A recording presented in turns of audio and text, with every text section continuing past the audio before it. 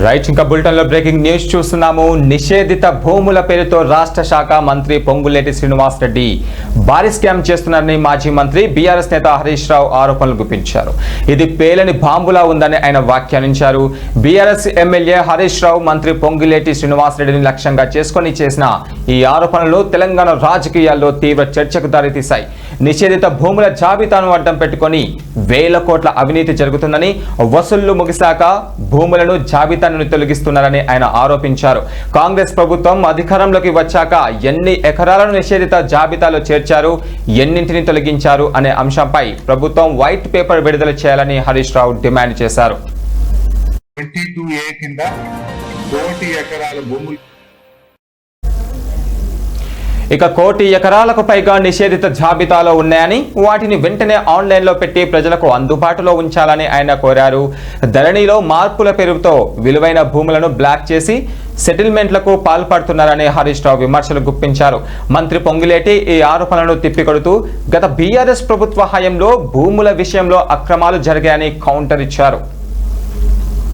నిషేధిత భూముల జాబితాలో పెట్టి అనేక అవాకులు చవాకులు బయలినటువంటి కాంగ్రెస్ ప్రభుత్వం ఈరోజు కొత్తగా భూభారతి అనేటువంటి చట్టాన్ని తెచ్చాం.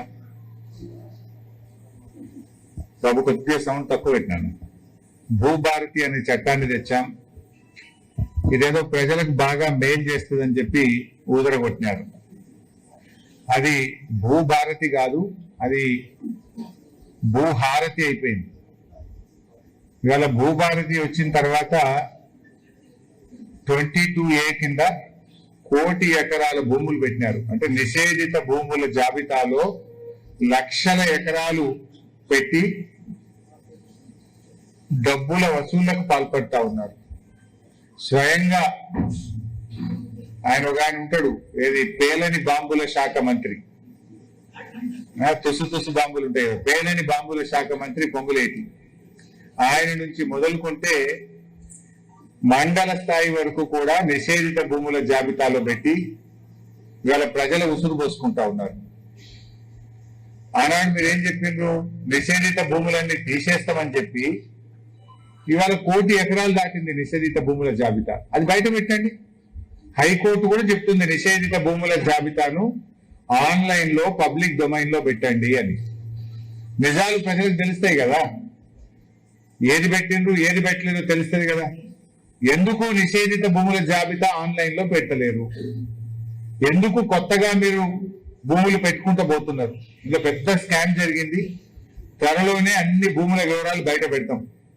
కాంగ్రెస్ వచ్చినాక నిషేధిత భూముల జాబితాలో పెట్టడం, వసూళ్లు కాగానే తీసేయడం. రాష్ట్రంలో ఇదో పెద్ద స్కామ్ జరుగుతుంది. విలువైనటువంటి భూములను గుర్తించి నిషేధిత భూముల జాబితాలో పెట్టడం, సెటిల్మెంట్ కాగానే తీసేయడం. పెట్టుడెందుకు, తీసుడెందుకు? దమ్ముంటే కాంగ్రెస్ ప్రభుత్వం వచ్చిన తర్వాత అనేక అవాకులు చవాకులు బయలినటువంటి కాంగ్రెస్ ప్రభుత్వం ఈరోజు